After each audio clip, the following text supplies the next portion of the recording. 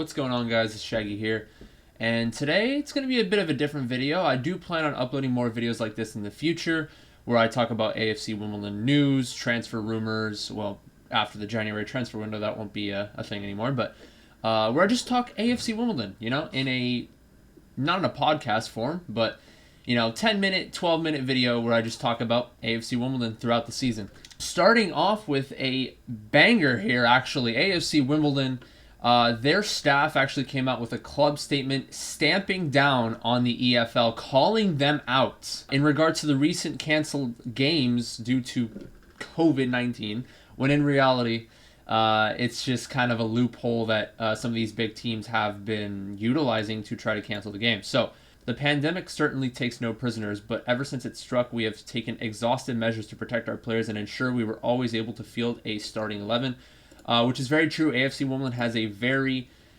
stringent COVID-19 policy, around the ground. They make sure their players are in check. They test them a lot. But yeah, I feel like the higher teams, the bigger teams such as your Sunderlands and your Portsmouths, etc., have an advantage in the sense that if they don't have their best players, they could just request a reschedule of the match, even though they should ideally have other players that could come in and slot in as substitutes. But it is what it is. And then of course Joe Palmer, AFC Wimbledon chief, going out and stating that he wants clubs to, quote, be held to account over postponements.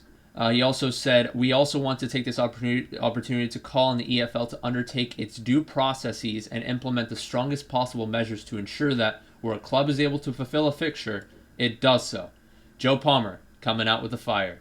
A couple of tweets I want to highlight too. We got a Crew Alexandra fan here, Phil B, seconded from your friends at #CrewAlex. Not a case of these clubs not being able to field a side, more a case that they're not happy with their side they have to field. If you don't trust your own kids, improve your recruitment and coaching. And yeah, some of these teams like Portsmouth and Charlton, they're not really willing to dip their toes into the academy waters. They have the money to be able to buy new players whenever they want. And I would have to agree right there. That is a perfectly worded statement. Of course, the same can't be said for all big clubs. I know that Oxford's youth academy has been affected as well. So you can't really say the same about Oxford not being content with fielding their players, because their academy has been hit too. But they are going to be playing against AFC Wimbledon tomorrow. 12/28 is the date of this recording. We do have a little bit of backlash. One of the messages coming from @Addict74, "This you?" ? And the link is the sun.co.uk article that states AFC Wimbledon versus Wigan off next weekend as Don squad is decimated by coronavirus outbreak. But I think it's a little bit insensitive. I shouldn't say insensitive, but it's a little bit naive to compare this situation to the situation that we have now, because back then, we didn't have the vaccines rolled out, and anybody can get COVID at any given moment, despite how many precautions a club might take to prevent that. And the situation that we have today, vaccines are already readily available, and booster shots as well for the Omicron variant. It's not something that everyone takes, but definitely the vaccine for the regular COVID variant is something that every professional footballer should take. And this set of circumstances is far different from the one we saw in 2020. @WUP Fanzine, Womble Underground Press.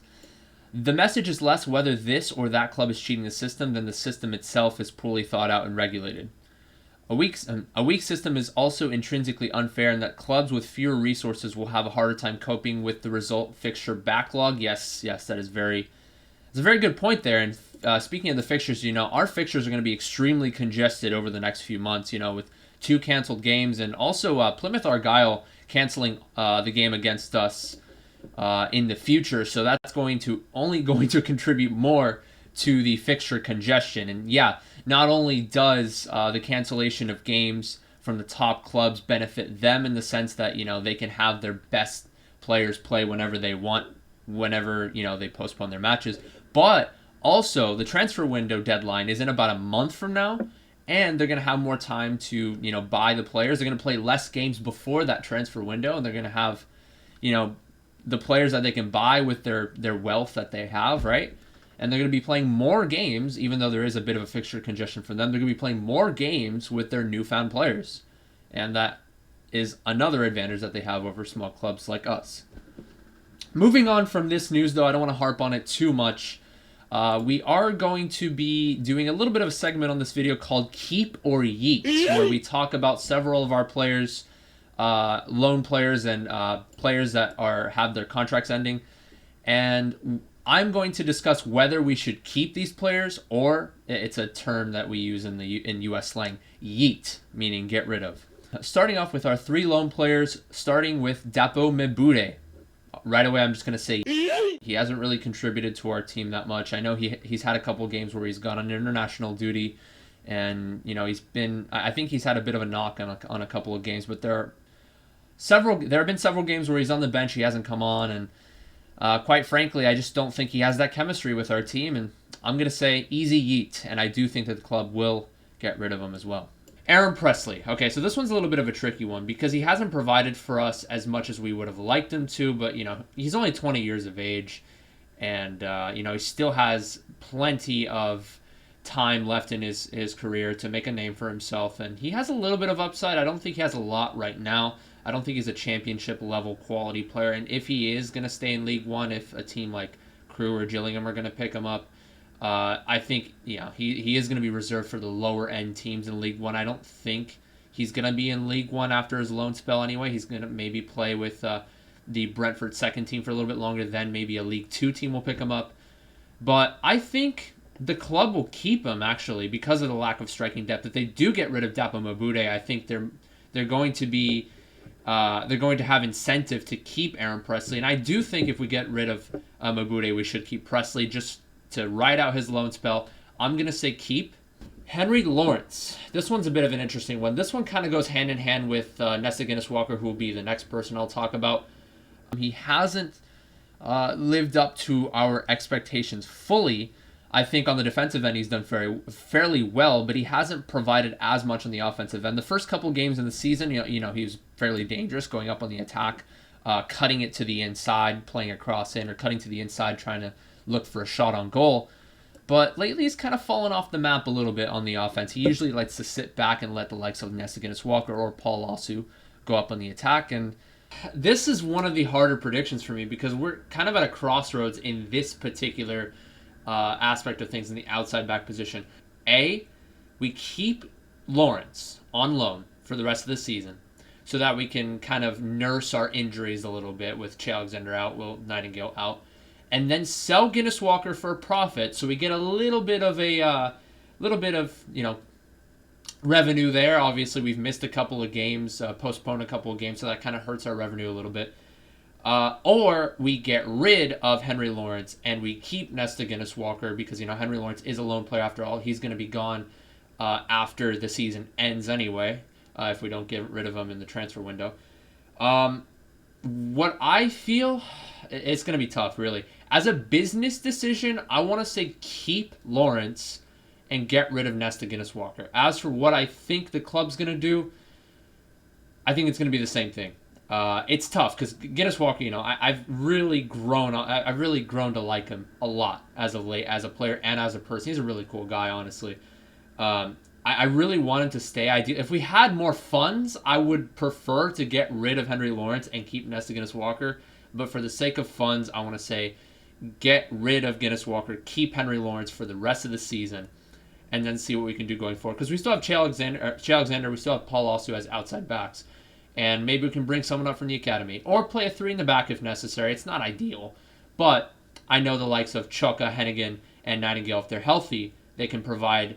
they can be a really good back 3. Next up, we have Anthony Hartigan. And I'm going to make this short and sweet because, yes, he was linked. I'm going to say was linked to Bolton a couple weeks ago. But those transfer rumors have been fairly silent. I don't think it's going to happen anymore. Bolton are looking at an attacking mid now. They're looking at Dion Charles, who's a striker and interchangeable attacking mid.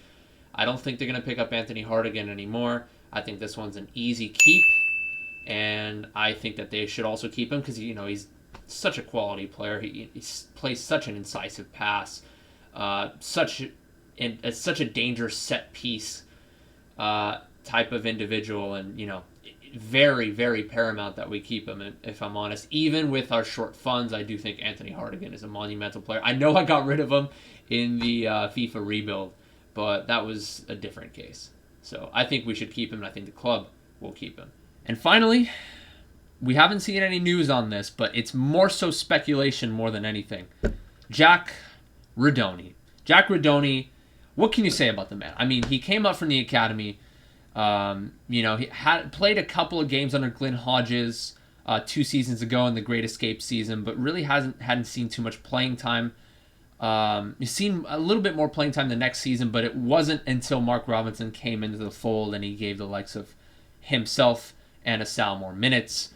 And my God, has he filled that role? Has he passed that test with flying colors? 7 goals on the season so far. Some of them being poachers' goals, so not world-beating goals per se, but he puts himself in really good areas to begin with, and he's decent in the air too. He's not a pushover, and he's been training more. He's been getting bigger. He's been bulking up, I watched an interview with him on 9 Years podcast. I actually made a couple comments on there when he was being interviewed by a few people on the staff, but he's been talking about how he's been bulking up. He's been hitting the gym more, and honestly making himself a little bit more of a physically imposing threat in the air and overall as well. And I think he's really shaping himself to be a championship quality player. It would be really hard to let him go, but of course, with great power comes great responsibility. We have a very low budget, and I don't think we'll be able to satisfy his wages long term. So, praying that we'll keep him. I really want us to keep him, but I think AFC Wimbledon will find a way to sell JaggyDons this transfer window. Last but not least, AFC Wimbledon versus Oxford United preview for tomorrow, a game in which I will unfortunately not be live streaming as I will be working a Wednesday morning. Unfortunately, I work Wednesday mornings.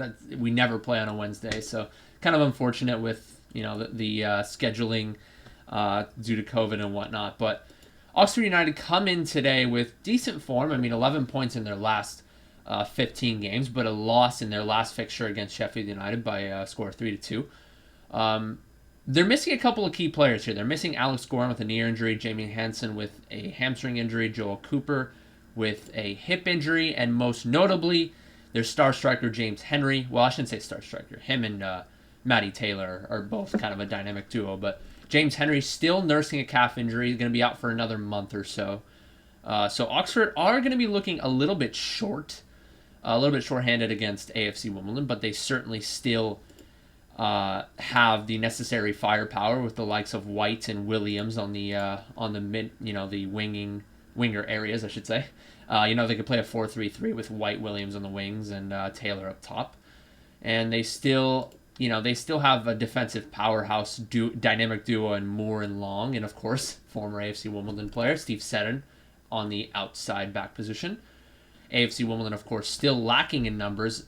With Ayub Asal unfortunately being added to the hit list as he is nursing a bit of an injury. We are going to be missing Asal, which is a very, very key piece, unfortunately.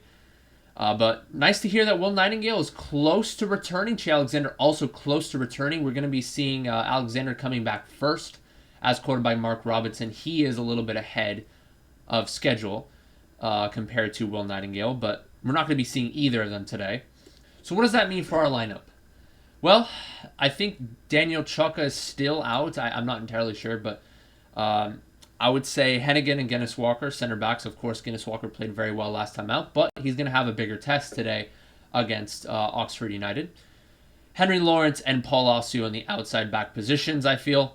Paul Osu, has been in very good form as of late. The last game against Wickham, of course, gave away that penalty at the very last moment. Hartigan and Woodyard, center defensive mids, as per usual. And then McCormick as the attacking mid, Redoni as the left attacking mid, and Egli Kaja, I think, will make his first start at right attacking mid today, with Ollie Palmer starting up top. I mean, you could also play Ethan Chislett, but I think, having Egli Kaja come on last time and then, within the first few minutes of coming on, shrugging off his defender, playing a great cross into Redoni, if he's doing well in training, why the fuck not put him in, Give him more time, allow him to ride the momentum of last game, and we'll see how Kaja does. As for what I think the final score will be, it's going to be a tough game. Honestly, I wouldn't be surprised to see Oxford win this one, especially since AFC Wimbledon's recent form and recent hype behind their, their recent performances, unfortunately, going to be derailed as they are, they're going to be about 2 weeks removed from their last game. But some good news, AFC Wimbledon 14 points away from home versus 11 points at home. So, it is what it is. AFC Wimbledon are a much better team away from home this season, and hopefully they can carry the momentum against an Oxford team who are very good at home with 24 points versus 15 points away from home. So, going to be a very tough task, certainly. But I do think that AFC Wimbledon will give them a fight. That being said, though, I think it's going to be 2-1 Oxford in the end, but I wouldn't be surprised to see maybe a 1-1 or a 2-2. And I think players that will, show out today, or show out tomorrow, I should say. I think JaggyDons is going to have a great game, and I think Egli Kaja will continue his form. I'll be looking at those two as players to look at. And, of course, Luke McCormick, he's always going to be a player to look at game in and game out. Very good quality player. He has improved a lot lately.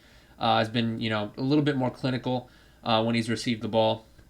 He had a couple of games where he's missed chances or he's, misplaced a couple of passes. But lately he's found some form and he's doing really well in the defensive end. He has been hauling ass, Alex Woodyard has been known to be a box-to-box player. Luke McCormick has kind of found himself in that role lately, going up and down the pitch and, providing on all aspects. So Luke McCormick also going to be a player to look at. But I think JaggyDons is going to have a breakout game. I think Egli Kaja is going to continue his form.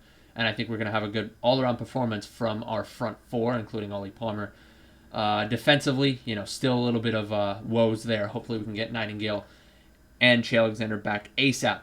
That's it for the video. I hope you guys enjoyed my opinions. I probably threw in a hot take or two saying that, some of the big clubs are manipulating the system. Maybe they are, maybe they aren't. It's more so the system itself that's flawed and the clubs are taking advantage. And maybe one or two hot takes in the keep or yeet section of the video. But yeah, again, reminder, I'm not going to be able to watch the Oxford game. Unfortunately, I am going to be working. But I will be coming out with a reaction video to the extended highlights whenever those come out on iFollow. And yeah, we'll see what happens. Up the Dons.